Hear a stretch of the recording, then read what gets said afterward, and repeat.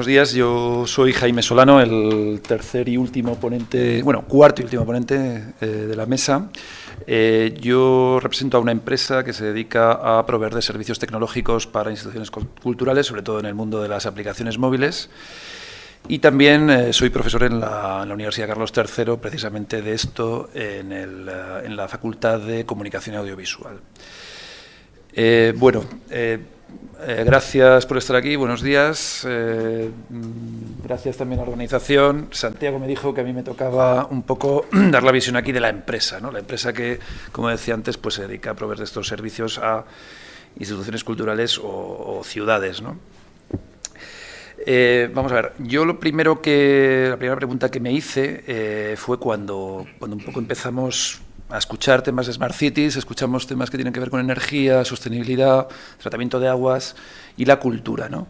Me hice la pregunta de cuánto vale la cultura para una Smart City. Y yo creo que vale mucho. Vale mucho porque, desde luego, el patrimonio es uno de los elementos que define una ciudad claramente, con lo cual, sin él, no se entiende la ciudad. Y, en segundo lugar, teniendo en cuenta que las Smart Cities son, en gran medida, tecnologías de la información, las tecnologías de la información, y como escuchábamos antes a Esperanza, son grandes devoradoras de contenidos, y los contenidos culturales son unos de los contenidos principales que estas tecnologías necesitan.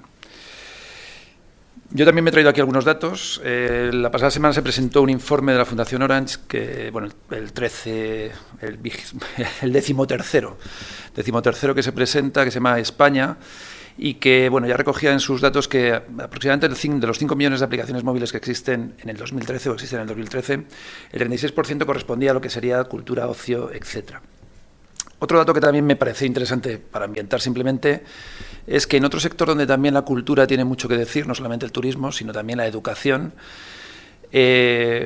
el dato, por ejemplo, del número de MOOCs, es decir, de cursos online gratuitos que la Universidad de Stanford ha lanzado en el 2013, ya supera el total de la oferta formativa que esta institución lleva realizando desde hace 334 años.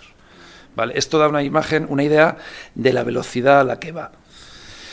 Por supuesto, no todos son buenas noticias, y en este caso otro dato que también tenemos que tener en cuenta es que solamente el 4% de los lugares de interés cultural en España disponen ahora mismo de aplicación móvil, ¿vale? Esto me parece que es una cifra que desde luego nos debería preocupar. Yo, haciendo una reflexión también de lo que podría aportar a esta conferencia sobre temas de Smart Cities y tecnología, me planteé cuáles, desde mi punto de vista, aquí les pido disculpas porque realmente es una visión personal, pero bueno, también de los años de experiencia como empresario, cuáles son esos hitos y retos que nos vamos a enfrentar en los próximos 6 años desde el punto de vista de las nuevas tecnologías y la ciudad, ¿no? Para mí el primero de todos ellos es realmente el cambio social y el cambio generacional en el que realmente estamos inmersos, ¿no? No solamente aquí hablamos de lo que sería el cambio de la demanda, es decir, de nuestros visitantes, sino también el cambio en la parte de la gestión, es decir, de las instituciones, donde ya cada vez más nativos digitales son personas que empiezan y están tomando decisiones, ¿vale? Eso es un cambio cualitativo y cuantitativo muy importante, ¿no? Desde el punto de vista cuantitativo y cualitativo, también hay otro factor que yo creo que introduce una novedad respecto a los modelos anteriores. Es la medición sistemática de toda acción y que, por tanto, de alguna forma es lo que establece la decisión o no de invertir, de desarrollar tecnología, etcétera. Tanto cualitativa, en cuanto a opinión de visitantes, como también cuantitativa, en cuanto al número de personas que, en un momento determinado, acceden o usan o no les gusta un servicio. Otro elemento también que hay que tener en cuenta es, en el caso, lógicamente, de lo que serían aplicaciones móviles vinculadas a cultura, es lógicamente la aparición de los dispositivos móviles y la ubicuidad, ¿no? Como un factor determinante en lo que sería el valor que aporta precisamente una tecnología móvil sobre el hecho de visita o el disfrute, la experiencia de valor de la cultura. Esto de alguna forma transforma los modelos anteriores que hasta ahora veíamos, sobre todo representados, por ejemplo, en dispositivos propietarios como las audioguías o las webs unidireccionales, ¿no? Donde efectivamente todo eso está claramente ahora mismo vamos a decirlo así, en retirada, ¿no? Sobre todo en sustitución. Otro factor importante es la disponibilidad de datos con redes inalámbricas de alta velocidad, ¿no? 4G, red wifi gratuita, sistemas de pago NFC. Ninguno de las, creo, de los ayuntamientos a los que la empresa GoWex de alguna forma ha dejado de dar servicio, creo que ninguno de ellos ha renunciado al servicio. Lo que están haciendo es buscar otra empresa que lo sustituya. En ningún caso se va a cortar. Es algo que realmente ya es necesario, ¿vale? Es una commodity. Un tema que yo creo que también va a ser clave, y es algo que se viene encima ya, porque hasta ahora era un freno importantísimo para lo que era el desarrollo de del flujo de datos y de lo que sería la utilización por parte de los visitantes, en este caso extranjeros de la Comunidad Europea, es la desaparición de las tarifas de roaming, ¿vale? Eso que parece ser que, vamos, o parece, yo espero que sí, ¿no? Porque esto nunca se sabe, ¿no? En el último momento, pues esto se echa para atrás, pero si ya es cierto, efectivamente esto también va a ser un cambio, no solamente en lo que sería la disponibilidad de la información y el uso masivo, que ahora mismo estamos viendo en unos límites, vamos a decirlo así, discretos, sino también en el modo y en cómo eso se va a usar y, por tanto, la respuesta que hay que dar, ¿vale? En sexto lugar, este sí es una, vamos a decirlo así, una esperanza, ¿no? Esta fecha no es ni mucho menos cierta. Vamos, no tengo una convicción sobre esa fecha, pero creo que no puede ser que a fecha de hoy todavía sigamos en este país con una ley de mecenazgo como la que ahora mismo, bueno, que no existe, ¿no? Sobre todo rodeados de países donde sí se han dotado de normativas que permiten que la cultura sea un elemento interesante y atractivo para las empresas donde, de alguna forma, invertir y desterrar visiones, yo creo, muy ingenuas de lo que es un mecenas como alguien que no espera nada a cambio, ¿vale? Eso coincide básicamente con una persona, bueno, que sí efectivamente existe, pero no coincide, creo, y aquí también Evelio y Esperanza y yo mismo lo sabemos, con una empresa que realmente esté dispuesta a invertir en cultura a cambio, lógicamente, de una reducción en impuestos o un intercambio. Hay que, de alguna forma, entiendo y espero, solucionar esto lo antes posible, ¿no? Bueno. Otro elemento que me parece un reto es una pugna, bueno, no es realmente una pugna, porque yo creo que realmente no existe realmente una competitividad, aunque, vamos a decirlo así, alguien lo puede plantear, entre lo que sería el contenido riguroso, científicamente creado, con el contenido creado por el usuario y que teóricamente adolece precisamente de ese rigor. O teóricamente digo porque no siempre es verdad. Sí creo que hay en algunos casos sí que puede haber cierta preocupación en cuanto a que la balanza se incline de un lado u otro, pero creo que hay grandes posibilidades de complementariedad y de cooperación, ¿vale? Un tema que sí me parece que efectivamente es una pugna y que en los próximos años veremos cómo se resuelve es precisamente lo que sería un poco la disponibilidad o la puesta a disposición de contenido propietario en redes, grandes agregadores de contenido o grandes bases de datos de contenidos que además son recomendadores de contenidos, como pueden ser las redes Google, Amazon o incluso también Europeana, ¿no? Es decir, efectivamente por los criterios de relevancia se establece un elemento que, por supuesto, atendiendo a las preferencias del visitante, establece criterios de selección, pero también está otro factor importante que veremos cómo se resuelve, que es el tema del contenido propietario, ¿no? Es decir, los derechos, ¿no?, sobre el contenido, ¿no? Estos son dos corrientes, ¿no? A veces un poco cuando nos enfocamos también tienen su aplicación lógica, pero a veces yo creo que perdemos de vista que cuál es la utilidad que para el visitante tiene en un momento determinado utilizar una aplicación móvil. Yo soy de los que piensa que es una necesidad, una aplicación. Por tanto, visiones de aplicaciones generalistas, como por ejemplo se pueden estar lanzando ahora mismo, hay un caso, Spain.info, el portal de cultura, de turismo de España, desarrolla una labor lógicamente generalista, donde también incorpora sistemas de aplicaciones generalistas que a veces no coinciden exactamente con lo que podría ser la preferencia del visitante. Pero esto sí que es una opinión, creo que realmente aquí la segmentación prima. La gente tiene claro qué es lo que necesita y eso es lo que busca, no se lo podemos complicar, ¿no? Hay que segmentar. Y por último, bueno, me he traído por hacer 10, ¿no? O sea, podrían haber sido 20 o podrían haber sido 5, pero bueno, estas cuestiones de los números. Me he traído una cuestión que no tiene que ver exclusivamente con lo que sería tecnología. Por supuesto, hay un montón de tecnología que ahora mismo conocemos y otra que está por venir, pero también me preocupa lo que sería la posición del visitante y también del contenido en esta ecuación, ¿no? Es decir, esa situación del visitante como un vamos a decirlo así, una persona que padece la tecnología, cuando realmente lo que intenta es disfrutar de un viaje, o también el contenido que en un momento determinado se desplaza, es decir, queda desplazado, queda oculto por la tecnología y no potenciado. Todo esto, por supuesto, es, vamos a decirlo así, posible, y es una cuestión que los técnicos o las empresas y, por supuesto, las instituciones, que son también quienes, de alguna forma, nos hacen los encargos, tenemos de alguna manera que resolver, ¿no? Como me tocaba el tema empresa, pues bueno, hago aparecer la palabra maldita del modelo de negocio, ¿no? Digo maldita porque en algunos casos es lo que la gente dice, ¿no? Y yo creo que también es una cuestión que hay que desterrar, ¿no? Esto no hay que tenerle miedo. Esto es una cuestión que... Yo soy profesor en la Universidad de Comunicación Audiovisual de cine, aquí en Madrid. El cine también es un sector al que no le salen muy bien las cuentas, ¿vale? Es decir, es un sector que también, como la cultura, efectivamente, en muchos casos le cuesta, ¿no? Pero yo creo que es por una... Vamos, en mi opinión, creo que es una cuestión que tiene que ver porque en un momento determinado hemos olvidado algunos principios de cualquier actividad económica, ¿no? Y en este caso, el planteamiento de un modelo de negocio correcto y sensato es una de ellas, ¿no?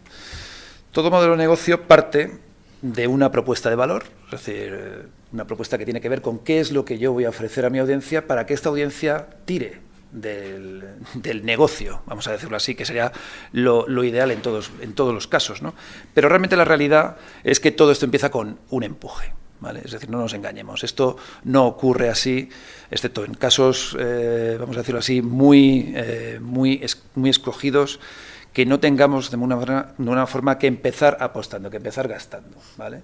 En ese tipo de modelos de negocio, efectivamente, tenemos que establecer la ecuación clásica del ingresos menos gastos más financiación para que, de alguna forma, nos salga la cuenta, ¿no? Ingresos que, por un lado, están en base a la taquilla, que están en base a lo que cobro por cafetería, lo que ingreso también por alquiler de espacios, la parte de gastos que siempre tiene que ver obligatoriamente con el personal, con el mantenimiento, con las compras y que no siempre cuadra con lo anterior. Es donde interviene la financiación, ¿no? Entonces, la financiación en algunos casos, y si tengo en algunos casos viene exclusivamente del Estado, es decir, bueno, es la parte que cubre el déficit, pero en otros casos tiene que ver con lo que sería la creatividad y la búsqueda de otras vías, ¿no? El patrocinio, el mecenazgo, cosas que tienen que ver con la gestión, ¿vale? Es decir, el patrocinio no es solamente, el mecenazgo no es solamente una cuestión legislativa, ahora veremos un caso, sino también yo creo que es una cuestión de saber gestionarlo, ¿no? Saber crearlo y saber mantenerlo. Pero en cualquier caso, también la financiación tiene un coste. O sea, realizar o generar cualquiera de estas acciones supone que también tengo que invertir, con lo cual tengo que arriesgar. No es fácil, ¿vale? No es fácil, pero no es imposible. Yo me he traído, y ya incluso creo que para terminar ir agilizando, ¿no? Me he traído también cosas que creo que pueden ayudar a esa ecuación, ¿vale? Es decir, no son más que 4 ejemplos, no he pretendido tampoco, por supuesto, pensarlos todos, Dios me libre, pero sí que me han parecido interesantes desde el punto de vista de estrategias que podrían ayudar o bien a actuar en la parte del público, o bien a actuar en la parte del patrocinio, o simplemente en lo que es la búsqueda de alianzas con otros gestores en ciudades, etcétera, ¿no? Aquí tendríamos, por ejemplo, lo que es la cocreación, es decir, colaboración en la creación de contenido, la cultura y la empresa. Aquí hablaré un poquito de un caso de mecenazgo. La ubicuidad, ¿vale? Como un factor que también hay que tener en cuenta. No estamos hablando de espacios inconexos, sino que hay tránsito entre ellos. Y luego también lo que serían, lógicamente, la búsqueda de sistemas agregados, ¿no? Sistemas donde efectivamente la unión de varias, tanto ciudades como en este caso sectores, establezcan una masa que suma más. En el primer caso, cocreación, yo creo que tiene que ver con esta relación entre de perderle el miedo, y esto Esperanza hablaba mucho de perderle el miedo. Yo creo que sí, efectivamente hay que perderle el miedo a perder la propiedad, en este caso el control, diría, no la propiedad, perdón, el control del contenido. Es decir, empezar a hablar de conversación en vez de conservación, que es un cambio cualitativo importante, donde efectivamente es el usuario, el visitante, la persona, el que realmente toma parte del control. Eso tampoco tiene que darnos miedo en cuanto a que vayamos a dejar de perder, como decía también Esperanza, visitantes. Al contrario, yo creo que Si algo también nos han enseñado las métricas, el medir, el tomar datos reales, es que se potencia el número de personas que quieren estar cerca de lo real, de lo original, ¿vale? Eso tiene mucho valor y no lo ha perdido, al contrario, lo ha ganado. Pero sí que lo ha ganado en términos de lo quiero experimentar y lo quiero de alguna forma también compartir, ¿vale? Si me dejas hacer eso, entonces efectivamente esto es acumulativo, ¿no? Yo aquí me he traído otros ejemplos, uno de, mis queridos amigos del Museo del Romanticismo, por supuesto podría haber sido el Museo Thyssen, que en esto también es pionero y además una empresa y una entidad que fielmente genera nuevas propuestas cada vez, donde la experimentación del museo se lleva a otros ámbitos donde se captan otras audiencias. Por ejemplo, pues el tema de la música joven dentro de un entorno que para nada inicialmente tendría nada que ver con esto, ¿no? Al lado también me he traído otra aplicación que no me gusta nada, lo he de decir técnicamente, pero sí que me parece que es un ejemplo de lo que sería generar contenido a partir de la narración de historias. Es decir, no hay nada, yo creo que no hay nada mejor, hay una cosa mejor que te cuenten una historia, que es pasarla, transmitirla, ¿no? Y entonces, en este caso, esta aplicación, que es una aplicación holandesa podría habernos contado nuestro amigo de Ámsterdam, efectivamente se basa solamente en esto, ¿no? Bueno, sobre cultura y empresa. Decíamos antes que no solamente, o yo decía antes que no solamente es una cuestión de legislación, por supuesto, y necesariamente tiene que serlo, porque hay que dar seguridad a esto, sino también de gestión.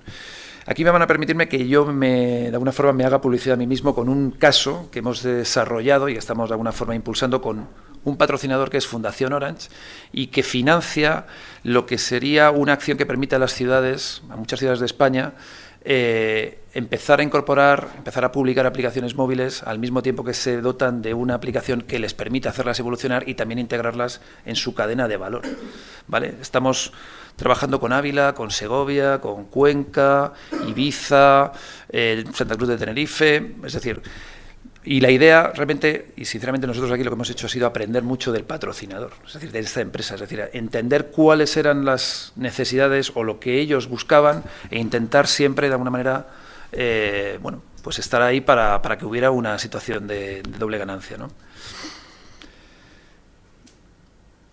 En tercer lugar, estaba hablando de lo que era la cultura ubicua, ¿no? Esta visión del visitante como una persona que está en tránsito, ¿no? Una persona que va a ver sitios en una vamos a decirlo así, una lista de lugares que va a visitar y es como algo que ocurre solamente ahí. No, esta persona está en tránsito y va tomando decisiones a medida que de alguna forma cambia de lugar, y entonces decide cosas como dónde voy a comer, qué voy a comprar, si cambio de opinión, y es ahí donde también tenemos que incidir.